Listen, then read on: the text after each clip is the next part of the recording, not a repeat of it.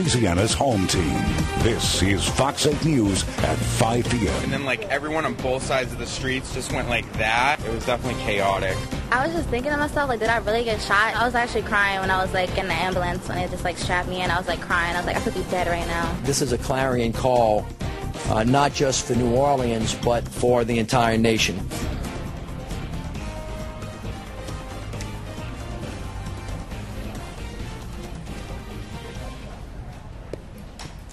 New Orleans attracts national attention for 16 people shot in a matter of hours. Good evening, I'm John Snell. And I'm Nancy Parker. The violence started just after midnight at the intersection of Bourbon and Saint Louis streets. By the time the sun came up, 16 people were shot in 4 separate shootings. Meg Gatto joins us now with a look at how surveillance cameras captured images of some of the chaos. Well, that's right, John and Nancy. According to police, 2 men opened fire on each other on Bourbon Street overnight, striking 7 people in the process. A 25-year-old man was killed. That was the start of 4 separate shootings. One of the shootings took place on Canal and University Place. This is surveillance video from a nearby business. People are running from the scene. Now, some of those running are teenage girls who suffered graze wounds from the attack. They say they just arrived on Canal Street trying to make their way to Bourbon when they heard shots. The teens went to a hospital where we caught up with them immediately after they were discharged. They say they are still in shock. I drop to the ground, hide behind a garbage can. I get shot in my knuckles. My friend gets shot in her back. My friend gets shot in her arm. And then I don't know what to think. I'm I didn't know what to do. Duck. It's your first instinct. You don't expect to get shot. Now, that shooting took place an hour and a half after the incident on Bourbon at St. Louis. Witnesses tell us Bourbon Street was packed with Halloween revelers and that it was a relatively calm night until the gunfire broke out. A number of people out partying say they didn't even realize that a shooting was taking place until they started to see people drop. We heard it was like a firecrackers, pop, pop, pop, pop, and then we thought it was just, and somebody was throwing a bits and stuff, and then we saw a guy curling down. And now, after the shooting on Bourbon and the one on Canal, there were 2 more shootings, bringing the total number of people shot to 16. According to the Orleans Parish Coroner's Office, the 2 people killed last night are 25-year-old Albert Glover of New Orleans and 19-year-old Joshua Lewis of Ferrero. What's the latest on arrest, Meg?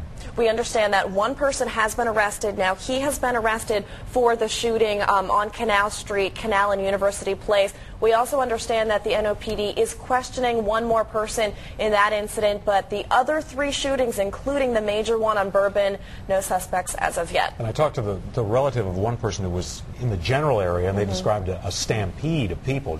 It's amazing there weren't injuries from, mass injuries from that. We understand there were so many people out there last night, and you're right, we're lucky that more people weren't injured. All right. All right, thanks. Well, Mayor Landrieu calls the violence much bigger than a tourist issue. He says we're fighting for the future of our city. There are 2 sides of this battle. To the criminals, we're going to catch you. We're going to arrest you. We're going to bring you to justice.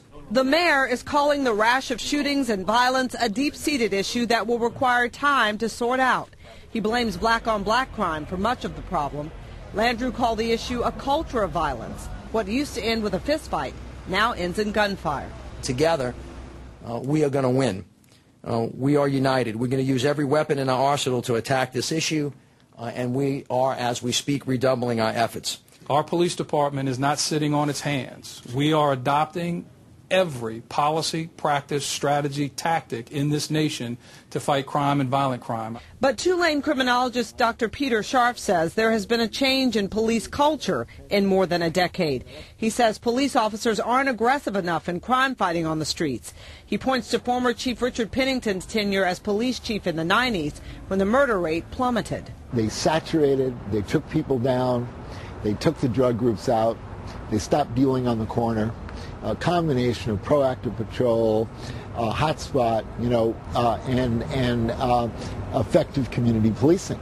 The cops on the street are afraid. They're not going to turn quarter. They don't want to take risks. They don't want to lose their pensions. They don't want to lose their housing. They don't want to lose their wives. So we got to face what's going on here and get our priorities right. Scharf says in the shadow of the Danziger case and other high-profile police cases, many officers are less likely to take risks. He says programs like Save Our Sons may bear fruit in a decade or so, but the city needs a quick payoff to calm the violence before a panic sets in. A lot of French Quarter business owners want the NOPD to do more to help ease the violence. Something has to be done as far as safety for the tourists. This is a city that depends on tourists. Our businesses depend on tourists. At 5:30, owners talked to Fox 8 about how they fear for their safety. This morning's rash of violence was not isolated to areas around the quarter. Just before 5:30, 2 men got shot in the 1200 block of Louisa. In a separate incident, somebody shot 2 other people near the intersection of North Prier and Spain. If you know anything that would help investigators with any of these cases, call Crime Stoppers at 822-1111. You can remain anonymous, could be eligible for a reward.